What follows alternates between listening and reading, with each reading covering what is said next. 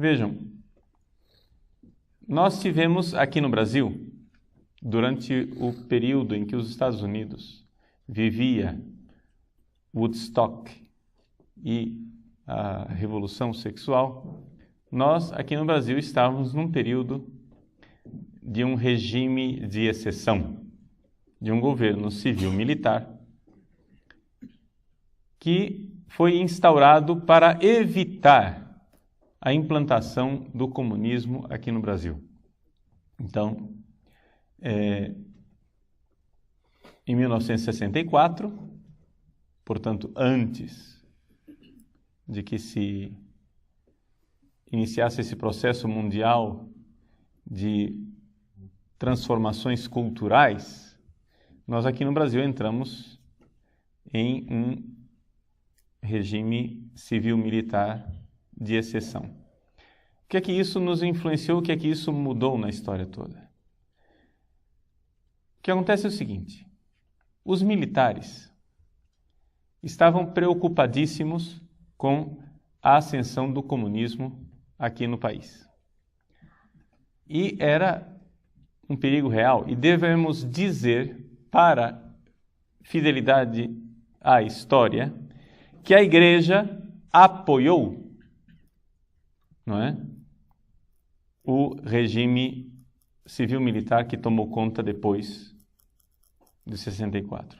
Ou seja, na década de 60, a Igreja Católica Brasileira fez uma série de marchas pela família, pela pátria e pela liberdade contra a ascensão do comunismo, que foi das maiores manifestações civis deste país.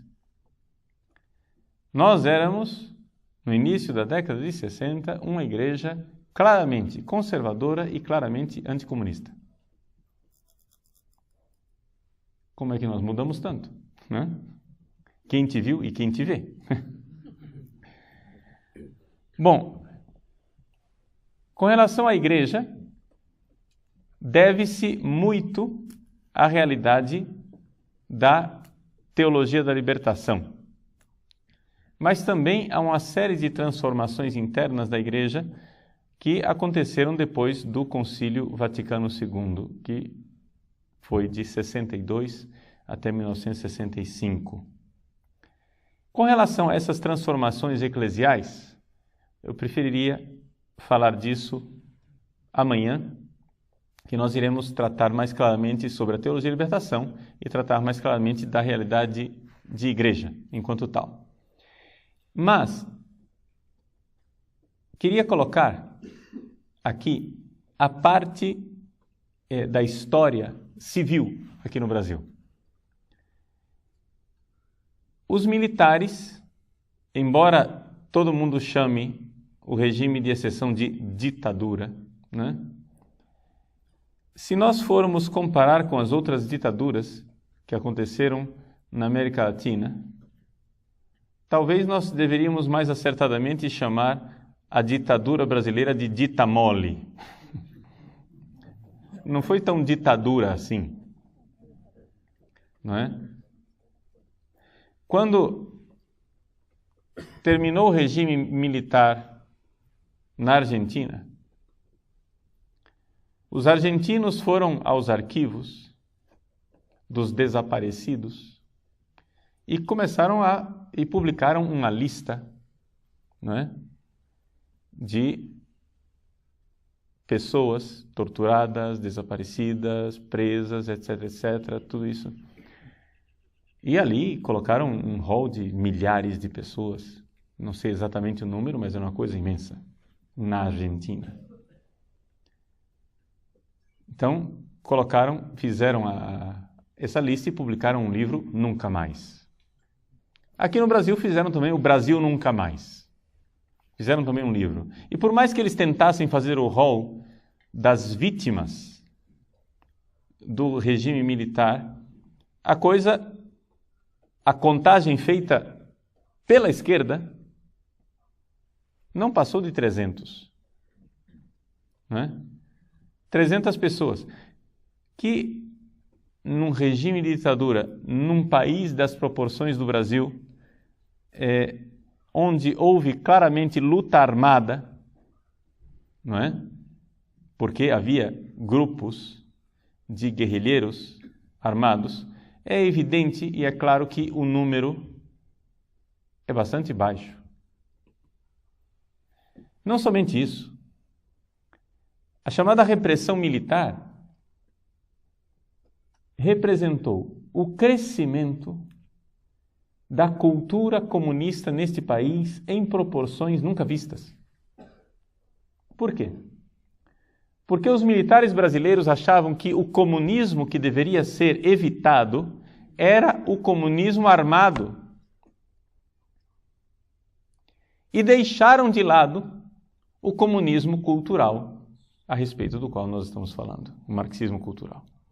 E não somente deixaram de lado, subsidiaram o comunismo cultural. Ou seja, o governo militar, por incrível que pareça, dava dinheiro para publicações comunistas. Essa é a realidade do governo militar no Brasil. Não é? E isto, se vocês forem ver, dito pelos próprios marxistas. Eles mesmos confessam que nunca a indústria de publicações marxistas teve um governo tão favorável como na época dos militares. Por que isso? Porque eles achavam, não é, os militares brasileiros tinham uma mentalidade de liberais. E na cabeça do liberal, a democracia tem que ter dois lados, tem que ter direita, tem que ter esquerda. Então é evidente que deve haver sempre um comunismo. E se instaurou no Brasil a teoria do general Golbery Couto e Silva, que era a famosa teoria da panela de pressão. O que é a teoria da panela de pressão? Se você vai pôr pressão numa panela, você precisa de uma válvula de escape. E qual é a válvula de escape que nós iremos dar aos marxistas? Bom, nós estamos fazendo aqui uma luta contra o marxismo armado, nós estamos fazendo uma luta contra o terrorismo marxista, por quê? Porque os marxistas, naquela época, assaltaram bancos, colocaram bombas e que mataram pessoas, fizeram a guerrilha no Araguaia, etc. e tal. Então, houve uma série de lutas armadas, e os militares estavam preocupadíssimos com a parte que é própria da preocupação militar, que é a parte armada, a parte da guerra. Eles queriam a ordem civil. Muito bem. Tinham medo de uma insurreição armada. Então vamos dar aos comunistas uma válvula de escape. Qual será a válvula de escape? A universidade. E entregaram aos marxistas a universidade brasileira. De bandeja. Qualquer um que viveu aquela época sabe perfeitamente que os estudantes, durante o regime militar, se amotinavam nas universidades, tomavam posse de blocos universitários, ficavam lá fazendo greve, queimando colchões, fazendo arruaças e todo tipo de coisa. E a polícia e o exército ficavam na porta olhando, mas não invadia as universidades. Era evidente que o exército podia invadir aquilo quando quisessem.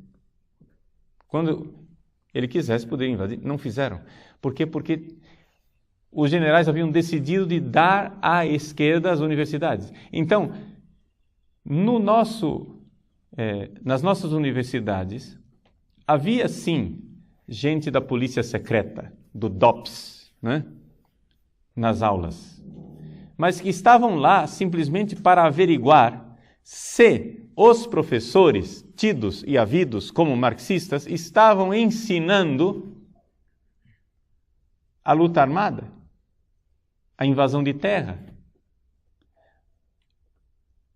tudo aquilo que significasse agressão clara à propriedade privada, tudo aquilo que significasse guerrilha. Então, isso não se podia ensinar. No dia que o sujeito começasse a falar de revolta armada, ele era preso, levado, né, imediatamente para ser interrogado. E, às vezes, num período devemos admitir, havia também tortura, né? Houve.